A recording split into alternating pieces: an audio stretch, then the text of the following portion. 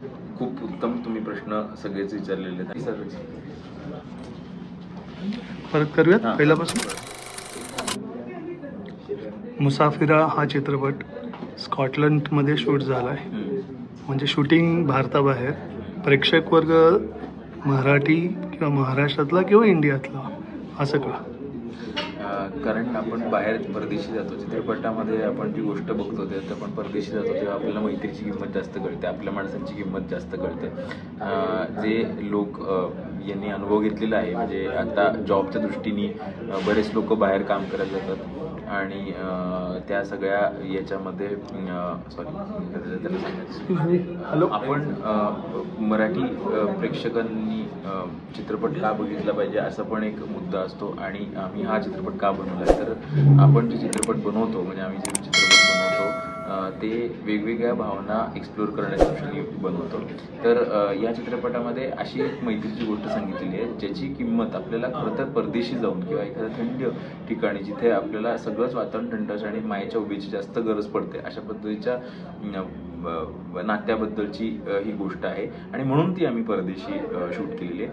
भारतात म्हणजे सगळ्यांनाच हा चान्स मिळावा परदेशी फिरण्याचा वगैरे, पण बरेच लोक आपल्या मराठी माणूस आत्ता फक्त घरी राहून काम करतोय किंवा पुणे मुंबई किंवा कुठल्या तरी गावामध्येच आहे असं नाही राहिलेलं.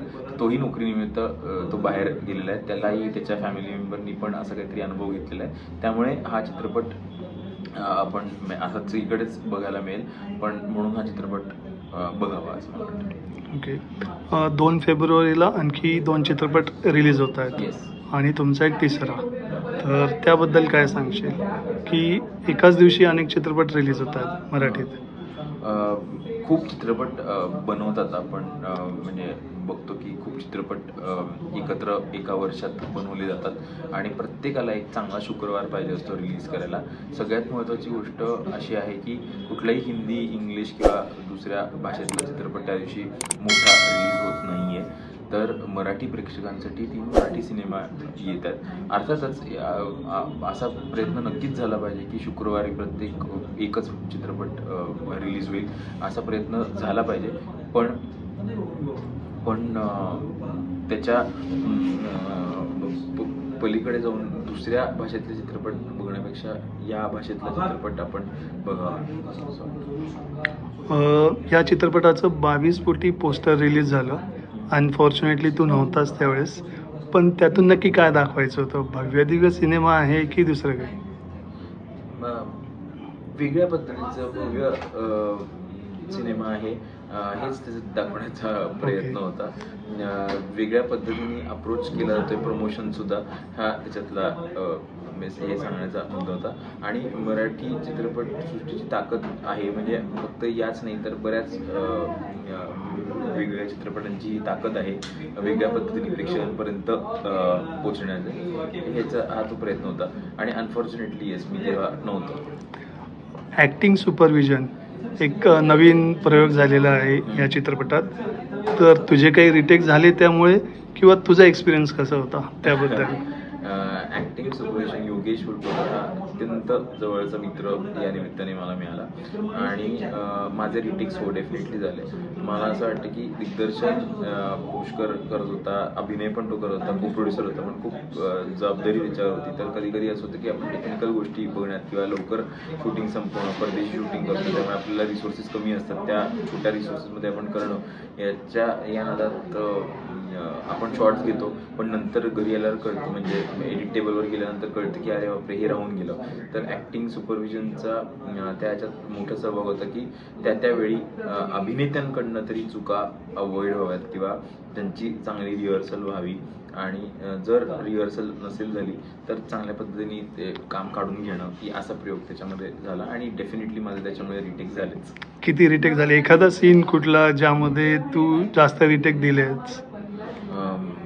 खरं तर खूप सीन्स आहेत ज्याच्यामध्ये रिलीज झाले, पण एक पर्टिक्युलर आम्ही एका क्रूजवर होतो, म्हणजे क्रूजच्या डेकवर सीन चालू होता आणि प्रचंड थंडी वाजत होती आणि त्या थंडीमध्ये आम्ही इंटेन्स काहीतरी बोलण्याचा प्रयत्न करत होतो, तर ते ऑटोमॅटिकली थंडीमुळे एनर्जी इतकी कमी लागत होती. आणि मला आठवतं की जरी वेळ कमी असला, कितीही रश करायचं असेल, तर योगेशनी खूप ते कट करत नाही अजून एक टेक घ्या, टेक घ्या, असं एक 7 ते 8 टेक्स त्या गोष्टीचे झाले आणि खूप त्याच्यातले टेक्स माझ्यामुळे झाले. Okay, great.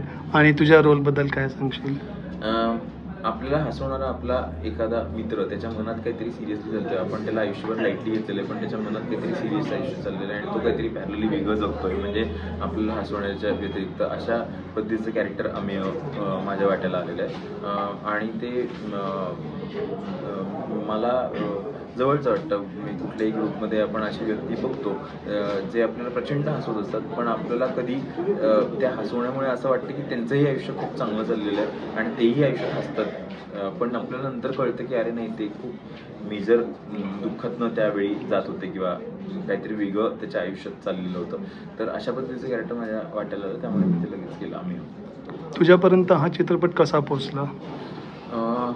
अगदी खरं तर मी पण हे विचारलं नाही आहे. मला फोन आला पुष्कर जोगच्या ऑफिसमधनं की असाचा चित्रपट आहे आणि असं आम्ही शूटिंग करतोय. मला खरंच त्यांच्यापर्यंत कोणी माझं नाव सजेस्ट केलं वगैरे हे मला आत्ता माहिती नाही आहे, पण त्यांनी मला हे विचारलं की अशी भूमिका करायला आवडेल का. तर मला त्याच्यातलं म्हणजे हसवणं वगैरे हा भाग मला आवडतो चित्रपटामध्ये किंवा सिरियलमध्ये किंवा नाटकामध्ये. हसवणं हा भाग आवडतो, पण ते करता करता काहीतरी विचार करायला प्रवृत्त करणारं काहीतरी म्हणून मी पण हो म्हणालो. ओके. आणि दाढी काढली आहेस, म्हणजे बऱ्यापैकी प्रेक्षकांना तू दाढीतला माहिती आहेस, तर ह्या रोलसाठी दाढी काढली आहेस की दुसरं काय का? या रोलसाठी, मुसाफिरामधल्या रोलसाठी, जे मागच्या वर्षी आम्ही शूट केलं त्याच्यासाठी भरपूर दाढी होती आणि जाडी थोडीशी कमी केली होती. पण आत्ता एक्झॅक्टली उलटं, आमचं एक नाटक चालू आहे, तर त्या नाटकाच्या निमित्ताने माझ्या बायकोचं नवरा नावाचं आमचं नाटक चालू आहे, तर त्याच्यासाठी आणि काही चित्रपट येऊ आहेत ज्याचं शूटिंग आता चालू आहे, त्या चित्रपटांसाठी दाढी ही काढली. आणि प्रेक्षकांना कसं आवाहन करशील? खूप उत्तम तुम्ही प्रश्न सगळेच विचारलेले आहेत आणि मला तेच वाटतं की मराठी माणूस जसा फक्त भारतात राहिलेला नाही आहे, फक्त महाराष्ट्रात, फक्त कुठेतरी गावात की शहरात राहिलेला नाही आहे, तो बाहेर पडतोय, तो वेगवेगळ्या क्षेत्रात काम करतोय, वेगवेगळ्या पद्धतीचं वेगवेगळ्या मोठ्या रोल्समध्ये तो काम करतोय, हे आपण सगळे लोक बघतो.